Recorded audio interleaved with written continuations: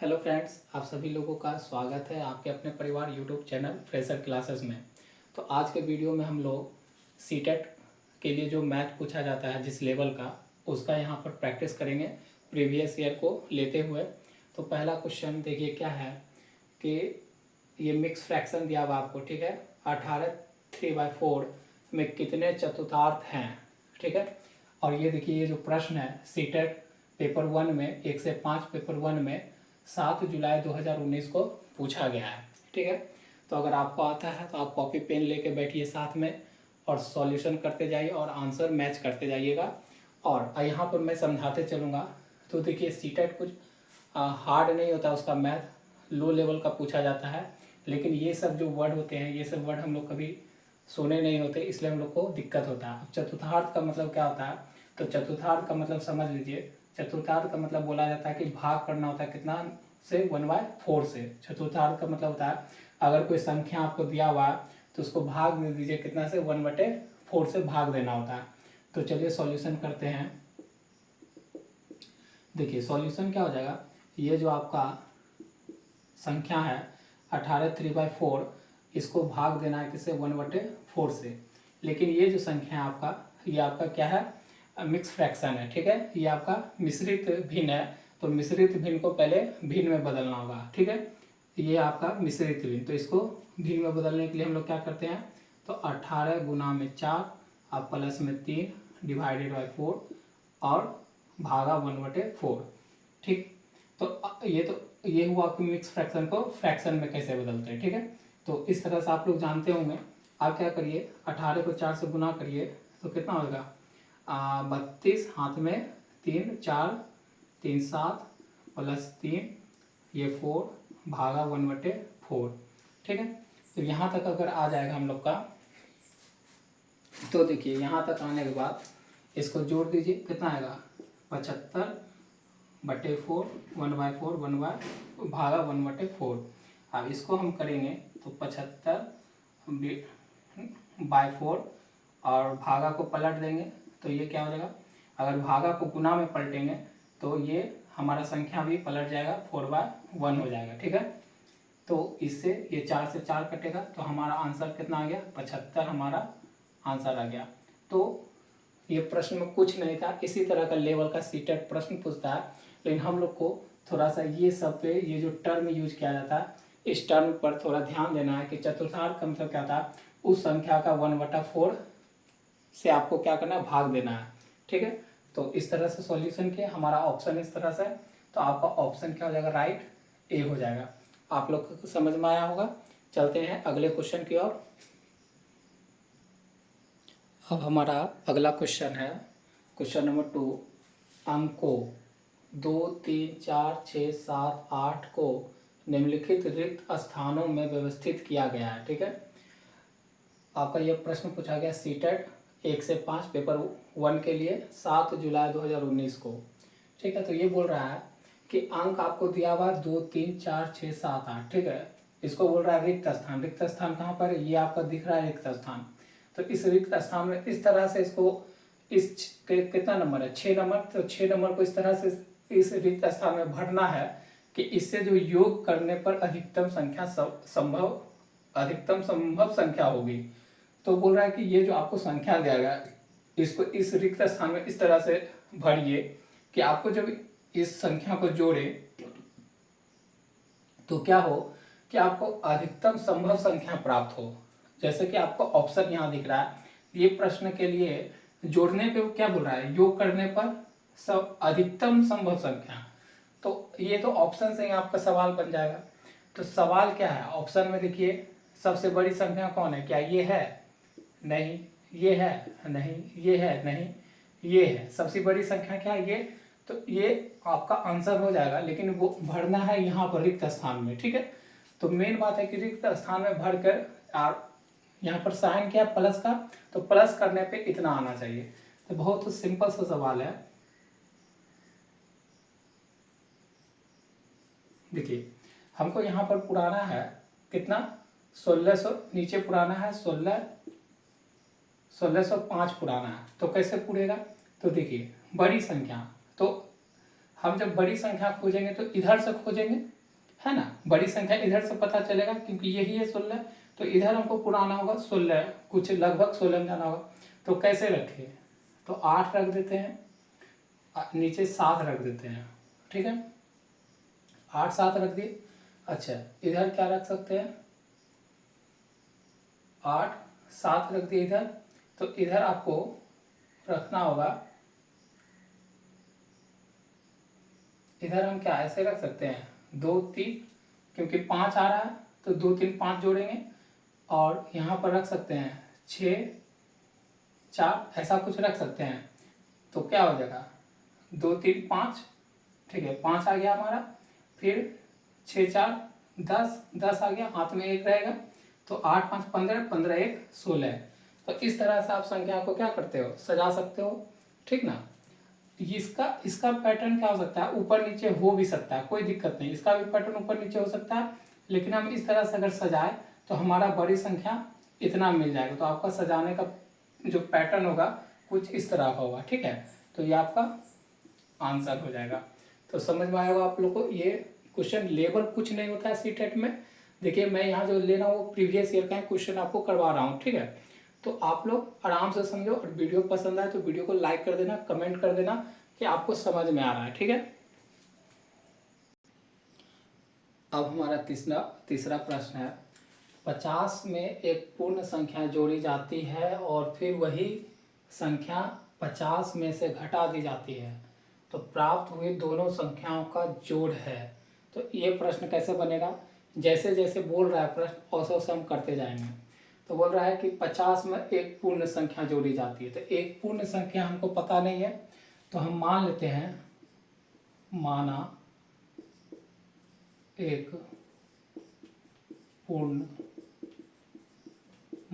पूर्ण संख्या x है, ठीक है। हम मान लेते हैं कि एक पूर्ण संख्या हमारे पास क्या है, x है, ठीक है। अगर x हम मान लेते हैं तो बोल रहा है वही पूर्ण संख्या को 50 में पहले क्या करा जा रहा है, जोड़ा जा रहा है, ठीक है। देखिए 50 में एक पूर्ण संख्या जोड़ी जाती है, तो जोड़ दिए, जो हम पूर्ण संख्या x माने उसी को हम क्या कि यहाँ जोड़ दिए, और फिर वही संख्या 50 में से घटा दी जाती है। और फिर बोलता है कि फिर 50 में से वही जो पूर्ण संख्या माने उसको फिर क्या किया, घटा दिए हैं, ठीक है। दो संख्या इस तरह से बन गया। अब बोल रहा है कि प्राप्त हुई दोनों संख्या, तो हमको कितना संख्या मिला, 2 संख्या मिला, एक संख्या ये मिल गया है और एक संख्या ये मिल गया है। तो बोल रहा है प्राप्त हुई दोनों संख्याओं का जोड़, क्या बोल रहा है, जोड़।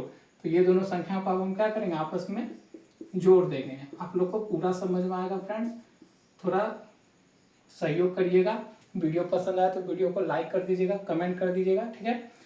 तो देखिए आप क्या बोल रहे थे, जैसे जैसे इस प्रश्न को बोले उसे आगे बढ़ाते जाएंगे, देखिए आपका प्रश्न सॉल्व हो जाएगा। सीटेट का मैथ का कोई लेवल नहीं होता है, बस इसको करने का थोड़ा सा लैंग्वेज घुमा देता है, ठीक है। तो जोड़ दिए, आप इसी को बोल रहा है कि जोड़ को सोल्व करने, तो जोड़ को जब हम सोल्व करेंगे यहाँ से, तो देखिए ये माइनस में है और ये प्लस में। अगर आपको उतना भी नहीं आता समझ में, तो अंक को अंक के साथ ले आते हैं।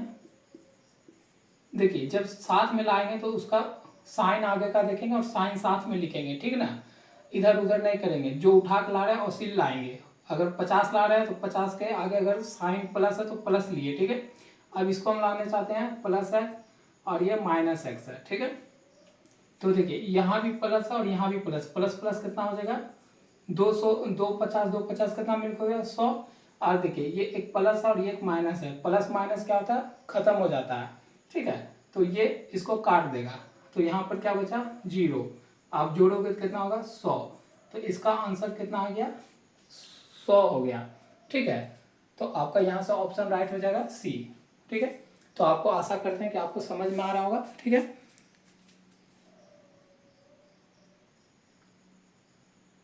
अब हमारा चौथा प्रश्न है कि निम्नलिखित संख्याओं में कौन सी संख्या अवरोही क्रम को निरूपित करती है, ठीक है। तो अवरोही क्रम, ये आपको देखिए 4 ऑप्शन दिया हुआ है, इसी में देखना कि कौन सा संख्या अवरोही क्रम में सजाया गया यहाँ पर, ठीक है। तो अवरोही क्रम क्या होता है, बहुत बच्चे को तो पहले पता ही नहीं है कि अवरोही क्रम क्या होता है। बहुत ही अवरोही और आरोही, इसमें क्या होता है, बहुत बच्चे कंफ्यूज होते हैं। एट अ टाइम आपको लगेगा कि हमको ऐसे, आप जब कोई पूछेगा तो आपको लगेगा कि हमको तो पता है, लेकिन आप जब प्रश्न करते हो वहाँ आपको दोनों में कन्फ्यूजन होता है और गलत करके बहुत सारे बच्चे आ जाते हैं। ठीक है, तो इसको पहले समझना, और इसको मैं देखिए यहाँ पर लिख भी दिया हूँ कि अवरोही क्रम का मतलब क्या होता है कि संख्याओं के घटते हुए क्रम। अवरोही क्रम का मतलब क्या होता है, संख्याओं के घटते हुए क्रम, मतलब पहले बड़ा संख्या उससे छोटी संख्या की ओर बढ़ते हैं इसमें। अब आरोही क्रम क्या होता है, संख्याओं के बढ़ते हुए क्रम, मतलब ये छोटा से बड़ा की ओर जाता है। अगर इसको एक थोड़ा सा इमेज या पिक्चर से समझे या ग्राफ करके समझे तो ये संख्याओं के घटते हुए क्रम मतलब ऐसे, इसका अवरोही क्रम का कैसे बनेगा, इस तरह से यहाँ पर बड़ा संख्या बैठेगा और उसके यहाँ नीचे छोटा संख्या, तो मतलब अवरोही क्रम मतलब घटते हुए क्रम, मतलब बड़ा संख्या से छोटे संख्या की ओर बढ़ेंगे। और आरोही क्रम का ग्राफ कैसे बनेगा, तो इस तरह से छोटा संख्या यहाँ बैठेगा, बड़ा संख्या यहाँ बैठेगा, तो यहाँ पर हो जाएगा स्मॉलर संख्या और यहाँ पर हो जाएगा बिग संख्या। ठीक है, तो ये आप ग्राफ भी माइंड में याद रखो तो आपको बहुत ही क्या हो जाएगा, समस्या, इस तरह के समस्या को सॉल्व करने में आसानी होगी। तो हमको तो यहाँ सवाल है अवरोही क्रम का, तो इसको ऑप्शन से सॉल्व करेंगे। तो अवरोही क्रम में मतलब पहले बड़ा खोजना है। तो देखिए यहाँ पर आपको साफ साफ दिख रहा होगा, ये है 30.5, यहाँ पर भी है 30.5, यहाँ पर भी है 30.5, यहाँ पर है 3.05। तो कौन सा बड़ा हो गया, ये वाला ऑप्शन तो पहले ही खट गया। ये 4 ऑप्शन में सब 30-30 है और ये 3 है, तो ये खत्म। चलिए एक ऑप्शन पूरा मेरा एलिमिनेट हो गया, खत्म हो गया। अब बचा 3 ऑप्शन में हमको खेलना है। 3 ऑप्शन में खेलना है, तो ये तो तीनों में सेम है। आगे बढ़िए, अब ये ज़्यादा, ये सबसे बड़ा मिल गया। अब इससे इस थोड़ा सा ये छोटा होना चाहिए। ठीक है, तो देखिए ये है, ये है, ये है, तीनों में कॉमन है, सेम है। तो यहाँ पर भी हमको नहीं मिला आंसर, तो आगे बढ़ेंगे, यहाँ पर मिलाएंगे, इसमें इसमें इसमें मिला रहे हैं। ठीक है, मैं मार्क कर देता हूँ, पहचानने में आपको भी सहूलियत होगी। अच्छा देखिए ये 3.3 सेम है, उसके बाद 0.55 है, यहाँ पर 0.5 है, यहाँ पर 0.55 है। तो इसमें कब 0 पॉइंट के बाद 0 है, पॉइंट के बाद 0, पॉइंट के बाद 0, यहाँ तक तो सेम है पॉइंट के बाद, लेकिन उसके बाद देखिए 5 है, उसके बाद 5 सेम है, और उसके बाद क्या, इसमें 5 है और इसमें 5 है। तो बोलिए आप ही कौन बड़ा संख्या, ये तो छोटा हो गया, तो हमको इसके बाद ये छोटा हो गया और ये बड़ा और इसमें बड़ा मिल रहा है, तो हमारा ऑप्शन बी भी खत्म हो गया। अब हमारा खेल है ऑप्शन ए और ऑप्शन सी में। तो ये दोनों तो सेम है दोनों में, तो यहाँ तक तो हम लोग चल पड़े। अब मिलाएंगे इसमें, इसमें और इसमें। देखिए तो अब कौन बड़ा होगा, इसमें ये तो बड़ा हो गया, मतलब ये तो एलिमिनेट हो गया, सॉरी ये एलिमिनेट हो गया। अब इसमें इसमें खेलना है। ठीक है, इसमें और इसमें खेलना है, क्योंकि आपका ऑप्शन बी और ऑप्शन डी एलिमिनेट हो गया है। तो बोलिए इस दोनों में किसका बड़ा, तो ये 3 पॉइंट, ये भी 3 पॉइंट सेम है, यहाँ 0 है तो यहाँ पर 5 है ना, यहाँ पर 5 है। और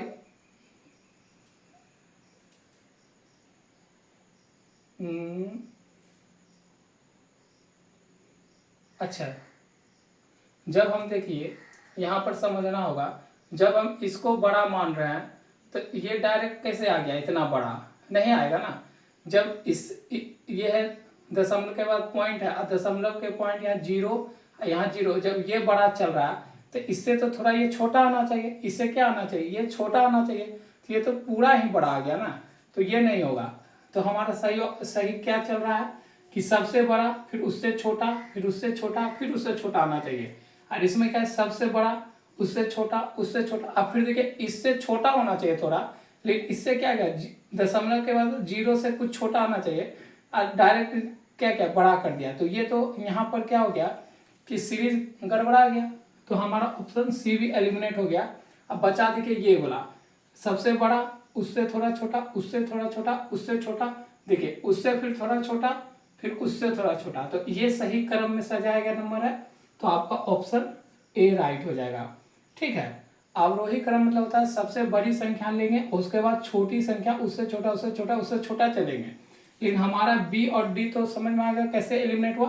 लेकिन सी वाला में क्या फंसा कि यहाँ तक सेम था, लेकिन यहाँ जैसी बढ़े तो देखें कि इससे छोटा आना चाहिए था थोड़ा, लेकिन इससे क्या है, डायरेक्ट बड़ा संख्या दे दिया है, दशमलव के बाद 5 दे दिया है। यहाँ पर देखिए दशमलव के बाद 0, ये सही क्रम में चल रहा है, तो आपका ऑप्शन ए राइट हो गया। ठीक है, चलते हैं अगले क्वेश्चन पर। समझ में आया होगा, आशा करते हैं आप लोग को। अब हमारा अगला प्रश्न है 5 नंबर।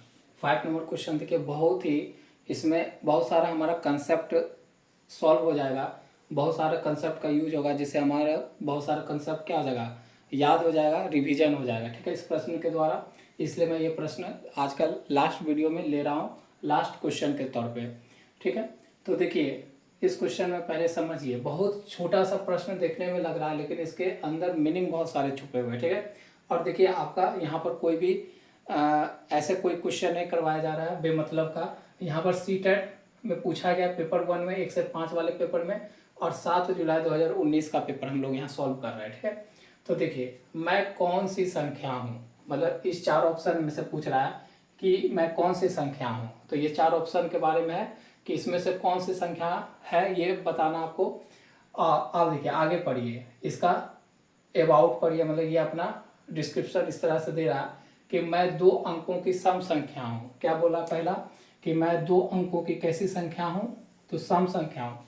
सम का मतलब क्या होता है, इंग्लिश में होता है इवन। इवन का मतलब क्या होता है, सम संख्या। तो ठीक, तो बोल रहा है कि मैं सम संख्या हूँ। और सम संख्या का पहचानने का क्या तरीका है, सम संख्या पहचानने का तरीका है 2, 4, 6, 8, 10, 12, 14, 16 डॉट डॉट ऐसे चलते रहेगा। तो सम संख्या वो संख्या होती है जो 2 से क्या हो, कंप्लीटली पूर्ण तरह से डिविजिबल हो, वही सम संख्या कहलाता है। तो जैसे 2 का आप मल्टीपल भी बोल सकते हो। ठीक है, 2 का गुणज भी बोल सकते हो। तो देखिए 2, 4, 6, 8 ये सब क्या सम संख्या है, और 2 से सारे क्या है, डिविजिबल हैं पूरा के पूरा। तो ऐसे संख्या को क्या बोलते हैं, सम संख्या बोलते हैं। एक कंसेप्ट आपका देखिए सम संख्या के बारे में पता चल गया इस प्रश्न से, कि सम संख्या वैसे संख्या होती है जो क्या होते हैं, 2 से डिविजिबल होते हैं या 2 के गुणन होते हैं। ठीक है, गुणज होते हैं। तो ठीक है, तो ये बोल रहा है कि मैं कौन सी संख्या हूँ, तो मैं ऐसी संख्या हूँ जो सम संख्या हूँ। तो इसी में से वो कोई संख्या की बात कर रहा है। तो देखिए इसमें सारा 2 का गुणज है। सम संख्या पहचानने का क्या नियम है, कि सम संख्या अगर आपको किसी भी, ये जैसे ये कोई भी संख्या है, इसमें आपको अगर पहचाना कि सम संख्या कौन है, तो सम संख्या पहचानने का अच्छा है कि आप उसके क्या करिए, इकाई स्थान पर कोई भी संख्या का इकाई स्थान पर देखिए कि उस पर क्या 2 का मल्टीपल है क्या, 2 का गुणज है क्या, जैसे 2 या 4 या 6 या 8। ठीक है, इसी तरह से या 0, ये अगर, और यहाँ पर भी होगा कोई संख्या, तो अगर इकाई अंक, ये तो हो गया आपका दहाई अंक, तो इकाई अंक अगर 2 का कोई भी गुणज बैठा हुआ तो वो किस में गुनाता है, सम संख्या में। तो देखिए इसमें 6 है 2 का गुणज, 4 है 2 का गुणज, 6 है 2 का गुणज, 8 है 2 का गुणज। इसका मतलब ये तो लाइन सबके लिए परफेक्ट हो गया कि सारा यहाँ पर सम संख्या। तो हमको इससे तो हमारा वो जो संख्या का बात कर रहा है उसका तो पहचान नहीं हो पाया। तो ये यहाँ तक आपको समझ में आया होगा। ठीक ना, पहला लाइन समझ गए, और पहला लाइन पढ़ने से हमारा प्रश्न का आंसर नहीं मिला है, तो आगे बढ़ेंगे। आप बोल रहा है इस पे चलते हैं कि मैं 3, 4, 6 का सार्वगुणज हूँ। आप सार्वगुणज को समझिए। देखिए यही सब जो टर्म सीटेट में यूज हो जाता है ना, सार्वगुणज, तो बच्चा पढ़ा हुआ जरूर है, अभी मैं बताऊंगा तो आप बोलिएगा ये चीज़ तो मैं पढ़ा हुआ हूँ, लेकिन यहाँ पर जो सीटेट में यूज कर दिया है, ऐसा वर्ड का इस्तेमाल किया है कि बच्चा इसलिए प्रश्न में घबरा जाता है, जबकि प्रश्न बहुत छोटा है। तो सार्वगुणज का मतलब क्या हो गया, देखिए सार्वगुणज कुछ नहीं होता है, सार्वगुणज आपका होता है एलसीएम। क्या होता है, एलसीएम। तो 3, 4, 6 का एलसीएम क्या होगा, आप ही बता दो। तो क्या हो जाएगा, 6 और 2 मतलब 12 होगा। कैसे निकाले, अगर आप निकालना नहीं जानते हो तो यहाँ पर इस क्लास में आपको सारा बताया जाएगा डाउट। ठीक है, तो देखो पहले छोटा एलसीएम क्या निकालते हैं, छोटे से छोटे संख्या से पहले इसको भाग देंगे, तीनों संख्या को, कम से कम उसमें 2 तो जरूर कटना चाहिए। तो 2 से अगर लगाते हैं तो 3 तो नहीं कटेगा तो उतार देंगे, 4 कटेगा 2 बार में, 6 कटेगा 3 बार में। आप दो यहाँ पर ऐसी संख्या लेंगे, छोटी से छोटी संख्या लेंगे जो इसमें कम से कम 2 को काटे। तो क्या 2 तो आप लेंगे ना, 2 तो एक ही को काटेगा, तो 3 लेंगे। तो ये कट गया एक बार में, ये तो कटेगा ना, ये उतर जाएगा, और ये कट गया एक बार में। तो आप देखो क्या क्या आया है, 2 3 और 2 आया था। 2 3 और 2 को अगर गुना करेंगे तो इनका 6, अच्छा 12। यही मैंने यहाँ पर बताया कि एलसीएम 3 4 6 का क्या होगा, 12 होगा। तो 60 गुना का भी मतलब हो गया एलसीएम बोल रहा है निकालने के लिए। तो एलसीएम आपको निकालने भी सिखा दिए। तो हमारा कितना है, 12। अब बोल रहा है कि मैं इतना इतना का 60 गुना दूं। तो 60 गुना का मतलब क्या है, ये जो संख्या है 4 गो ऑप्शन, ये 12 से क्या होना चाहिए, फुल्ली डिवाइड होना चाहिए। क्या करना चाहिए, ये 12 क्या करना चाहिए, इस सारे को काटना चाहिए, फुल्ली काटना चाहिए। तो क्या 56 12 का पहाड़ा में आता है क्या, नहीं आता है, तो ये आपका आंसर नहीं होगा। ठीक है, ये फुल्ली कट जाएगा 12 से, ये भी फुल्ली कट जाएगा 12 से, ये भी फुल्ली कट जाएगा 12 से। तो चलिए एक ऑप्शन तो सेकेंड वाले से एक ऑप्शन तो एलिमिनेट हुआ हमारा। अब 3 ऑप्शन में लड़ाई है। तो 3 ऑप्शन में क्या बोल रहा है कि ये हो गया कि इतना का 60 गुना जाए, मतलब 12 से ये पूरा पूरा डिविजिबल होना चाहिए। तो ये हो रहा है, ये हो रहा है, ये हो रहा है, ये तो नहीं हो रहा है। फिर आगे बढ़ते हैं, अभी भी हमारा आंसर नहीं मिला। अब बोल रहा है मेरे कुल 9 गुणनखंड हैं। क्या बोल रहा है, मेरे कुल 9 गुणनखंड है। तो देख लेते हैं गुणनखंड निकाल के।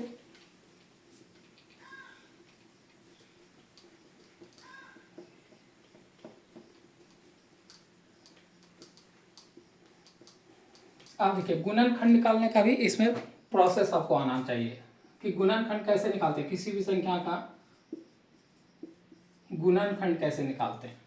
ठीक है, कोई भी संख्या का गुणनखंड कैसे निकालेंगे। तो गुणनखंड निकालने का क्या होता है कि उसका क्या निकाल दीजिए, अभाज्य गुणनखंड निकाल दीजिए। क्या निकाल दीजिए, उसका अभाज्य गुणनखंड कर दीजिए। तो देखिए ये तीनों कट रहा है, तो एक एक करके तीनों का करते हैं। 12 का अभाज्य गुणनखंड करते हैं, सॉरी 24 का। तो 2 से 12, 2 से 6, 2 से 3 और 3 से 1। तो 24 का गुणनखंड क्या है, 2 2 2 3। अब पावर में बदल लेते थे, यहाँ पर 1 यहाँ पर 1 यहाँ पर 1, तो 2 पे पावर कितना हो जाएगा, 3। आप याद रखिए जब हमारा क्या होता है, जब हमारा बेस सेम हो, जब हमारा क्या हो, बेस सेम हो। ठीक है, जब हमारा बेस सेम हो और ऊपर में जो भी पावर रहे, जब हमारा क्या बोलता है, बेस सेम हो, इसको बोल रहे हैं बेस, आधार। अगर हमारा बेस सेम हो और वो आपस में गुना से गुना, उसके बीच में कौन सा ऑपरेशन हो, गुना का ऑपरेशन हो, और पावर कुछ अलग भी हो, पावर अलग हो, तो वो बेस 1 हो जाता है, और जो पावर होता है वो आपस में क्या हो जाता है, जुड़ जाता है। ये फॉर्मूला है और ये याद रखना है। इसी का यूज यहाँ पर कर रहे हैं कि हमारा बेस सेम है तो 1 में कन्वर्ट हो गया, और पावर सब पे 1 1 है तो जुड़ के 3 हो गया। ठीक है, अब बचा 3 पे पावर कितना है, कुछ नहीं तो 1 दिख रहा है। ठीक है, तो देखिए अब गुणनखंड निकालने का क्या प्रोसेस है। गुणनखंड किसी भी संख्या का निकालना है तो उसका पहले अभाज्य गुणनखंड कर लीजिए। अभाज्य गुणनखंड में जो भी आया है उसको फिर क्या कर, उसका पावर को 1 बढ़ा के, पावर को क्या करना है, पावर को क्या करना होता है, पावर को 1 बढ़ा के, पावर ये जो पावर है, पावर ही को ना, पावर को ही, तो पावर को 1 बढ़ा के, पावर को 1 बढ़ा दिए। इस पे पावर कितना था, 2 पे पावर 3 था, तो 1 बढ़ा के 1 बढ़ा दिए। ठीक है, और गुना, फिर इसका पावर कितना 1, इसका भी पावर को 1 बढ़ा के, मतलब पावर को बढ़ा देना है, इसको लेके उसको 1 बढ़ा के आपस में गुना करना। तो ये कितना होगा 4, और ये दोनों का 2, तो कितना है 8 ही गुणनखंड आया। कितना आया, 24 का अगर हम गुणनखंड कर रहे हैं तो कितना आ रहा है, 8 ही आ रहा है। लेकिन हमको बोल रहा है नहीं, कितना गुणनखंड होना चाहिए, 9 होना चाहिए। तो हमारा 24 इसका मतलब ये भी एलिमिनेट हो गया। ठीक है, ये भी क्या हो गया, एलिमिनेट हो गया है। देखिए ये थोड़ा सा प्रश्न बड़ा है और इसमें आपके बहुत सारे कंसेप्ट सॉल्व हो जाएंगे, इसलिए क्वेश्चन के साथ बने रहिए आपको मैं मैथ सिखा दूंगा पूरा बेसिक से, वादा करता हूँ सिखा दूंगा मैथ। बस आप लोग सपोर्ट करिए, वीडियो पसंद आए तो लाइक शेयर कमेंट करिए, बताइए कि हाँ आपको मेरा पढ़ाया हुआ समझ में आ रहा है। चलिए ये एलिमिनेट हो गया, हमको ऑप्शन को एलिमिनेट करते हुए आगे बढ़ना है। इससे आपका क्या होता है, प्रॉब्लम करने का तरीका आसान हो जाता है। आप देखिए 36 नंबर लेते हैं, इसका क्या कर लेते हैं, अभाज्य गुणनखंड कर लेते हैं। तो पहले मैंने बोला सबसे, जब भी अभाज्य गुणनखंड करिए तो सब उसका क्या करिए, छोटी अंक से करिए। तो दो से लगाएंगे कितना 18, फिर 2 से लगाएंगे 9, फिर 2 से तो लगेगा नहीं, 3 से लगाएंगे 3, और 3 से लगाएंगे तो 1। तो कितना निकला 36 का जो अभाज्य गुणनखंड किए तो 2 गुना 2 गुना 3 गुना 3। तो देखिए 2 पे पावर कितना दो, वही चीज बोले कि अगर आधार सेम है, बेस सेम है तो बेस 1 हो जाता है। तो 2 2 दोनों सेम है तो उससे 1 ले लिए, 1 में कन्वर्ट करिए। इसमें पावर कितना कुछ नहीं दिख रहा है तो 1 1 होता है, ठीक है। तो ये पावर जुड़ के कितना हो जाएगा 2, और ये इसका भी 3 वाला भी बेस 2 को सेम है तो 3 हो जाएगा, और पावर जुड़ जाएगा ऊपर वाला तो हो जाएगा 2, ठीक है। आप देखिए ये हो गया, अब इसके आगे कुछ नहीं होगा। तो इसके आगे जब निकालना है अभाज्य गुणनखंड तो हम क्या बोले थे कि पावर को 1 बढ़ा दीजिए, और गुना, फिर पावर को 1 बढ़ा दीजिए और गुना। तो देखिए तो कितना हो जाएगा 2 1 3, और 2 1 3, और 3 3 9 आया। अब बोल रहा था ना कि मेरे कुल 9 गुणनखंड है, तो एक सम संख्या तो है ही, ये 36 क्या है, सम संख्या है। मैं इतना इतना का 7 गुना जो मतलब 12 निकाले थे एलसीएम, और 12 से ये टोटली डिविजिबल भी है, ठीक है। इसमें सारा ये फॉलो कर रहा है ऑप्शन। मेरे कुल 9 गुणनखंड है, और इसके देखिए टोटल गुणनखंड जो निकालने का तरीका मैंने बताया कि जो भी संख्या का आपको गुणनखंड निकालना है उसका अभाज्य गुणनखंड करिए। अभाज्य गुणनखंड करने के बाद उसका पावर का यहाँ पर 2 ही फॉर्मूला का यूज हुआ है। एक ये वाला फॉर्मूला यूज याद कर लीजिए, कॉपी में नोट कर लीजिए। और उसके बाद गुणनखंड निकालने का तरीका होता है कि जो पावर है उसको 1 बढ़ाकर उसको आपस में गुना कर दीजिए, तो हमारा 9 आ गया। और 9 किसका है 36 का। तो 36 में ये तीनों ऑप्शन राइट हो गया कि सम संख्या भी है, 7 गुणज भी हूँ किसका 3 4 6 का, और 9 गुणनखंड भी है। तो हमारा राइट आंसर क्या हो जाएगा, राइट आंसर आपका 36 आएगा। हमारा आंसर यहीं पर मिल गया है, तो यहीं पर सवाल को समाप्त करते हैं, क्योंकि आंसर से हमारा काम था, नहीं तो आगे अगर इसको भी सॉल्व करेंगे तो क्वेश्चन बड़ा हो जाएगा, ठीक है, सॉल्यूशन बड़ा हो जाएगा। तो इस तरह से आपके क्या होगा टोटली, देखिए मैं सारे कंसेप्ट को आपके साथ डील किया। अगर आपको ये सॉल्यूशन और वीडियो पसंद आए तो आप कमेंट करो, अच्छे से बताओ कि हाँ ठीक है सर ऐसे ही पढ़ाते रहिए, और नहीं समझ में आता है तो वो भी बताइए, ठीक है। मिलते हैं आपसे नेक्स्ट वीडियो में, आज के लिए बस इतना ही, धन्यवाद।